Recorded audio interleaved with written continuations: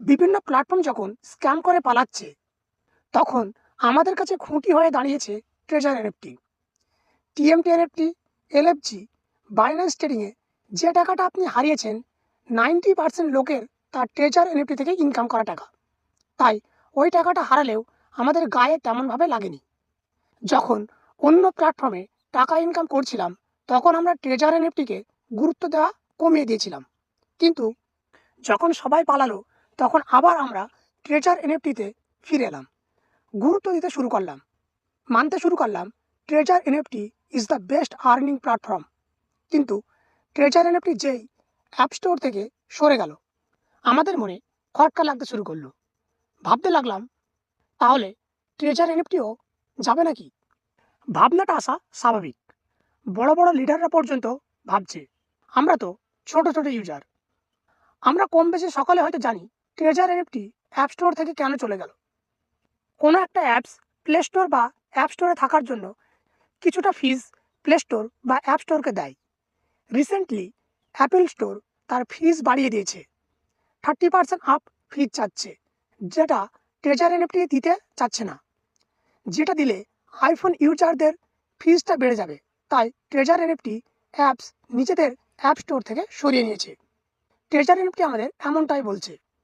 এবার আমরা ট্রেজার এনএফটির কিছু মূল ভিত্তি নিয়ে আলোচনা করি, যেগুলি দেখে আমরা বিশ্বাস করি ট্রেজার এনএফটি দীর্ঘায়ু হবে। প্রথম প্রুফ, ডোমেন।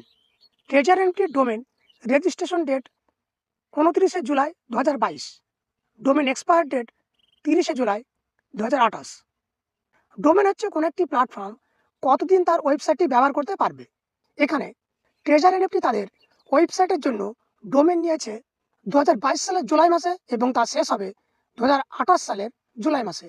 অর্থাৎ 2022 সাল থেকে চলছে এবং 2028 সাল পর্যন্ত চলবে, এবং কোম্পানি চাইলে অবশ্যই তার ডোমেন বাড়িয়ে নেবে। দ্বিতীয় প্রুফ, এমএসবি লাইসেন্স। ট্রেজার এনএফটির এমএসবি লাইসেন্স আছে।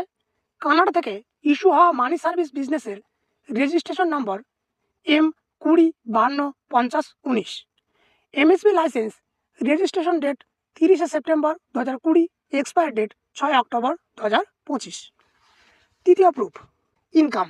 কোম্পানি আপনাকে লিমিটেড ইনকাম দিচ্ছে, অন্য প্ল্যাটফর্মের মতো টাকা ঢেলে দিচ্ছে না। কোম্পানি প্ল্যাটফর্ম চার্জ রেখেই আপনাকে প্রফিট দিচ্ছে। আমরা প্রতিদিন যে এনএফটি কিনছি বা বিক্রি করছি, সেটা পলিগন মার্কেটে ডাইরেক্টলি কাজ করছি। কোম্পানি আমার কাছ থেকে যদি তাদের লাভ্যাংশ নিয়ে নেয়, তাহলে কোম্পানি পালাবে কেন? এখানে আপনি যেমন প্রফিট পাচ্ছেন, কোম্পানিও প্রফিট পাচ্ছে। এগুলি ডিপলি ভাবলে বুঝতে পারবেন কোম্পানির স্থায়িত্ব। এগুলি সম্পূর্ণ আমার ব্যক্তিগত মতামত। আমি কোম্পানির গ্যারেন্টি দেওয়ার কেউ নই। কোম্পানির ভ্যালিড ডকুমেন্ট, শক্ত ভিত্তি থাকলেই যে কোম্পানি উঠবে না, তার গ্যারান্টি কে দেবে? টিএমটি এনএফটি আমাদের চোখে আঙুল দিয়ে দেখিয়ে দিয়ে গেল, প্লে স্টোরে, অ্যাপ স্টোরে অ্যাপস থাকলেই যে স্ক্যাম করবে না, তার গ্যারান্টি নেই। অনলাইন মার্কেটে কাজ করতে চাইলে আপনাকে রিস্ক নিতেই হবে।